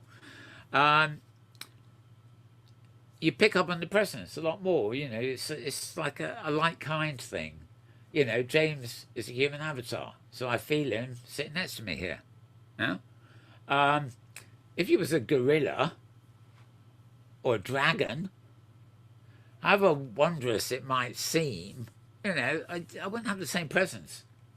And also, as a companion newscaster, I don't know whether a dragon talking would really appeal to you in the audience. So, if I was in Second Life here, I'd be a pussycat in a seat talking to you. And you'd love me, of course you would. But, come on, pussycat. That conveys presence, if anything does, doesn't it? he says hypocritically. Right, okay, we will move on now. You'll find that post at glue.work, glue.work. And I played a clip from them earlier on, so I won't really go into this again. But Ready Player Me have raised $56 million to expand their cross-game avatar platform. We showed you the video earlier. Here it is again, actually. But they've raised a lot of money, and they are they're founded in Estonia in 2014. So that means that's 8 years old now. Their avatars are used by 3,000 apps across both Web 2 and Web 3 that integrate the cross-platform avatar system, and also social VR platforms, VR Chat, Spatial, vSpatial, and Insomnia and Space also support them. Yeah, it's always worth having something that I've got to get a new one made actually, because they seem to be even better now. Basically, having a default avatar you can stick everywhere you go. Obviously, there are places that still don't support them, which is a shame, but things may change. So when you consider how big they are, how the amounts of money they're raising, and the fact that they're already used by 3,000 different platforms or applications, pretty good going. So you'll find that post at roadtovr.com, roadtovr.com. Moving on down, Spatial Beats. This is Charlie Fink's other column for a company called Spatial Beats. ARinsider.co. The column is called Spatial Beats, and it's slightly different from his Forbes one, but you know, he's promoting himself, really, isn't he? But it's a reasonable roundup of the week. ARinsider.co. So ARINSIDER.co. For that one. So yeah, that would do. And GameSpeed. Do always check out voicesofvr.com. I don't think there were any this week, but as you know, I recommend them every week. And for some reason, I must have lost it, because I can't believe Monday went by without the week peak.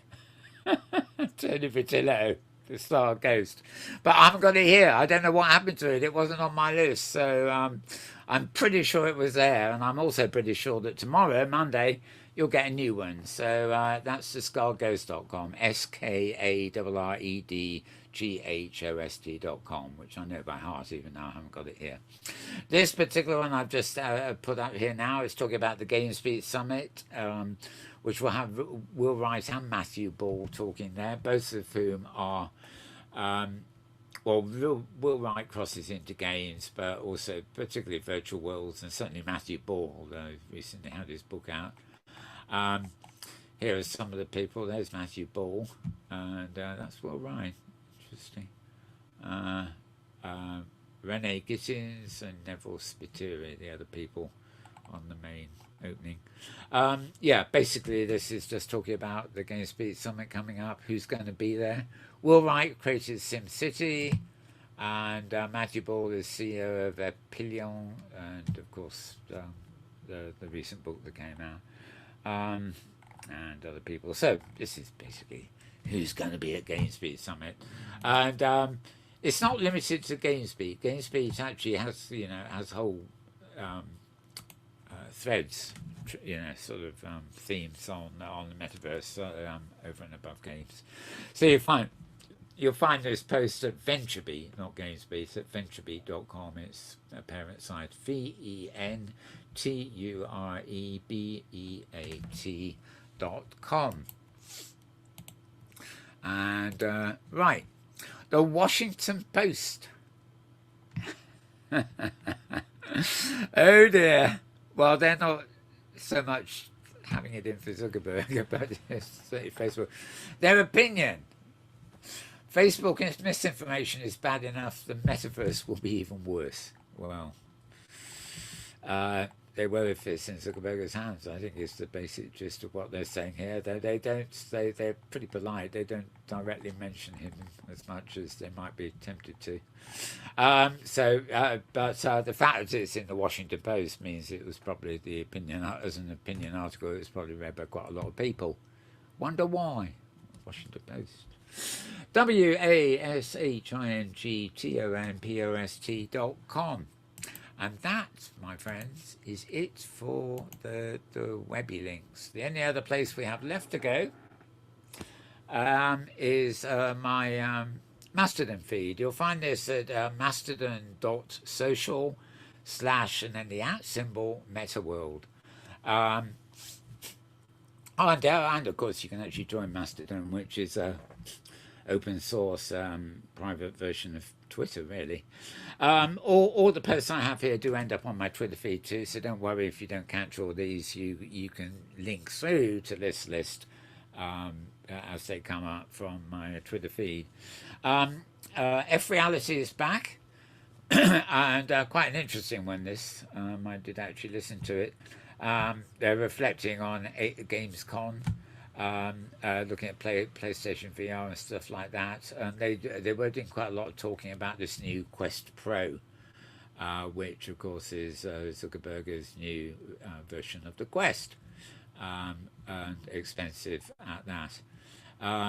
You can click through to play these things from here, or you can click on YouTube. And stuff like that, like trolling each other a little bit. Or is it like through GT? It was like there was like one game that I played and then. Okay. Yeah, as I said, they look at Zuckerberg and stuff.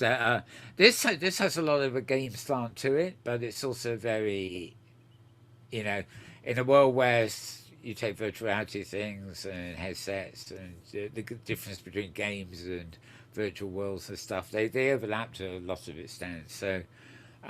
Although their focus is more on games than what we would call virtual worlds, or I would call virtual worlds, the technological overlap is great. So it's always interesting to hear sensible people talking about these things. Another clip I've got here is Matthew Ball again, who, as we saw from that previous thing, will be guesting things. He's got his book out. And he had a clip here called Metaverse. The Metaverse is coming. There's no turning around. We're going to go there. Most forecasts believe that the Metaverse by the end of the decade will be between $6 and $13 trillion. There's confusion and or disagreement as to exactly what it is, what it requires, when it arrives. I think many people have heard the term Metaverse over the past year with the idea that society is going to transform. Right, well, he subtitled this, The Metaverse Explained in 14 Minutes. He was making some witty remark on Twitter recently about sort of, they said it was explained in 14 minutes, but he seemed to remember having recorded about an hour and a half, so it was a heavy editing job. Anyway, it's quite interesting. You can get it on YouTube by clicking through, or you can play it on Mastodon there. We also have this week's Charlie Fink's Week in Exile podcast with Ted Schilowitz. Their guest is John Gator, who's CEO, Chief Creative Officer of InWorld AI, which we featured in one of the videos a little bit earlier, if you remember. And further back, about a day ago, this is a program called Tech Vision Meeting the Metaverse. And this, let me have a look. This is quite long, I think. Yeah. Long enough. Ekranem, co nam się wydaje może czasami. Right. Oh, this was actually very interesting. It's about half an hour, and it's not in English. Hang on, where's my volume gone? It's gone walkabouts completely. W 2030 roku 75% ludzi na rynku pracy to będą okay, but ludzie, którzy do tych technologii są. Thankfully, it's fully subtitled. And it's it's pretty interesting actually. I forget what language they're actually speaking to in. Actually, it's wherever the Accucentra site is based. But interesting talk, and if you can, I on the surface I don't like subtitles, but I end up watching movies with them all the while. I mean, you're 5 minutes in, you forget they're there, so it's just that initial, a customization. A bit like jumping into a metaverse, really. Takes 5 minutes to realise what you've just done. Long live OpenSea is what I say. Right. Okay. Oh, hang on. There we are. Yeah, that was last week's show here. And in the beginning of the week, of course, we got it this week. I caught it this week, James. It was the VR download. Teasing metagraphics and ultra bright HDR, blah, blah. And I'm pretty sure you saw it, James, didn't you? You probably have a... Oh yeah, I get a good notification on that one. I thought it was an interesting show. They covered a lot of the same topics, but the relish and the glee that people are having about Mark Zuckerberg's avatar is I mean, the press will be what the press will be, but the thing about being in VR is that the appearance of the avatar doesn't matter as much as how the avatar moves. And David Heaney made a point of that and saying, the key to, the virtual worlds that we have now is, what is our perception of the avatar in the space? And it's much less about how it looks and so much more about how it creates the person. And so it really makes me think these people laughing about Zuckerberg so much, they don't actually use VR. I don't think they're understanding that the avatar is not important as the way that it moves and the way that it, the way that people perceive it as being another person. Okay, that's an interesting counterpoint. Given that article, about presence a few shots ago. I mean, that's exactly what that's about. The presence is what really makes a person feel like they're experiencing another person. Yeah, I suppose as I said, it's like, I have no problems with sensing presence from you, but maybe not a gorilla, or whatever I was paraphrasing. I must say, even the cartoon Zuckerberg is clearly designed to be something resembling a human, even though it has no realism about it. I can see that. I get, when, something, I don't know, I sort of differ a bit there, but you've got to remember here, I can listen to this podcast and be quite happy. It doesn't bother me what the avatars look like. It's well filmed for what it is.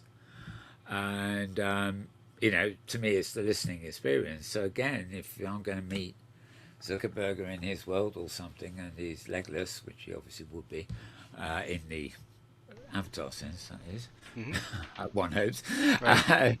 Then if the conversation is interesting and engaging, then it served its purpose. So I would tend to agree on that front. I think it's, I don't think it's quite that simple, but I mean, certainly, I like Fibella. Right, I haven't mentioned them, but I think a couple of weeks ago there was something they held there. It's very fast and easy to get into. You've got these very basic sort of avatars. They do fortunately have full body, but they, you can dress them up a bit, but not, they're not spectacular. There's no sense of realism there. But it's fast, easy, and as we saw on the clip the other week, I mean, they can have hundreds of cartoony avatars in the same place without having to forget the word, distribute shard, because there is no graphics weight, no considerable graphics weight to the ground of people, but you can't turn to the person next to you in Vivella and shake their hands or with VR or not, or really interact with the person sitting next to you, or even really that much on the stage, although you can obviously write in text and things like that. And sometimes there'll be an event in Fibella where you'll be invited to go on the stage, and the moment you cross the stage threshold, your voice is activated so you can talk with people on the stage. So, they've got it fairly well figured out. And as cartoony sort of worlds go, they've got, they've got a beach party place and various social things. But basically, they've got things like libraries and auditoriums. They're there for... Actually, I think they're more for educators than they are for the enterprise, but it's really across the board. They don't really serve a huge consumer. audience. But for people who just want to attend talks, conferences, and meet people, it's a perfect place. And in fact, a lot of their, strangely enough, when you go there, you know, sort of, I remember when I went there the first few times, you know, people in the reception were saying up to me, "Hey, Mal, how are you?" You know, do I know you? And apparently all the staff there seemed to have been hired from Second Life. They didn't look like their Second Life avatars or even have the same names, but they said, "Oh, I'm so-and-so from Second Life." And I said, "Oh, all right." You know, so they knew me from that. So once the introduction was made, it was fine. You know, so, "Oh, you know, that's Chili. What's her name?" Or something, you know. And start talking. So, yeah, it's a good point. It's just, you know, whatever's available and where. But as you say, James, it's the presence, it's the connection, you know, that is principally important. And, you know, you listen to a podcast that is basically just a radio show, and, you know, you think of the old radio shows where late night talk radio, you phone into the station and you engage in a conversation. You know, so you can do those kind of things in an avatar land, whether it's a realistic avatar or not. It's the conversation that's, you know, the collaboration, communication that drives it. Thank you, James. You put me on another rabbit hole. Yep, that's my job. So, any other thoughts? That is actually it for the show. Okay. We've survived your thunderstorm so far. So. All right, yep. No other thoughts. No other thoughts. Okay. Well, yeah, I think we'll leave it at that. Better safe than sorry. If I say we'll have another video, you'll get a thunderstorm. Right. God, I had one the other day, and I swear there wasn't much lightning, but the first burst of the thunder, you know, I thought, you know, I thought a missile had landed on my roof. The ground shook, and it was so close. And then nothing. About 5 minutes later, the rain started. Yeah. Yep. But they are very scary sometimes. And the people, no, not people. It's pets like cats and dogs that worry me. Right. It's very hard for them. Right. Yeah, they get really terrified. So it's a shame. But it's natural, I suppose. Even in the wild, they must have some kind of memory of such of things. Yeah, perhaps. But they don't like it. Well, we don't like it either, really, especially if you're not expecting it and it's very loud, you know. If you got one that's creeping in, you can hear it in the distance and it gets closer and closer. That's sort of okay because you're expecting it when it arrives, you know. Yeah. But when the first burst is on your roof, you know, woof. Anyway, I wish you luck with that. Yeah. I think we'll be fine. Yeah, well, I think we've done really well today. We've got, it's close to 2 hours, but never mind. Hope you've enjoyed the show, folks. We got quite a bit covered, didn't we? Reply in chat. Oh, somebody in chat? Not a single. Oh, sorry, I thought, yeah. No, I was just saying, if you like the show, reply in chat. Yeah, I can't actually see the chat window, in fact, but because of the way I'm set up here. But yes, indeed. Well, yes, if you enjoyed the show, I don't know if you're watching in replay. I don't know where chat comments get recorded. Not at all sure about that, but I know you can comment on the embed. So if you're watching it on YouTube, and yeah, there is a bit where you can comment, even though it's not live chat. So there you go. There was a few comments on last week's show, actually. I can't remember what they were, but thank you those who sent them. And somebody tweeted an old episode of the Inkworld Review during the week, which got a whole load of hits. You know, I think it was something about 2 or 3 months ago. I said, "Oh, and I had an interview with this chap on the Inkworld Review." Somebody somewhere, and it went viral. Right, okay, well, we'll be back next week, same time, same place, hopefully. We obviously had our little departure into Sunstar last week, but we're firmly back here, I think, for the foreseeable future. I might actually go over and do a bit of clipping and stuff during the week at some point over in Science Space. So you remember I mentioned the week-long events there. Yeah. And Who knows? It might be time to actually visit Sciencebase again for a show, but probably not next week anyway. So that's it from me, and it's from indeed. So he refuses to join in, but we'll do the AR, VR, XR, motor car, RR, whatever, because we are. We are. That works. That works, doesn't it? Right. Keep well, everybody. Stay away from spiky little invisible things. Stay indoors. Stay safe. And if you're feeling lonely or trapped in your venue, guess what? There's a metaverse that awaits you. Yes. You don't even have to lift a foot to get in there, unless you're in a helmet with walkie-talkie attachments. Okay. That's it. Bye for now, folks.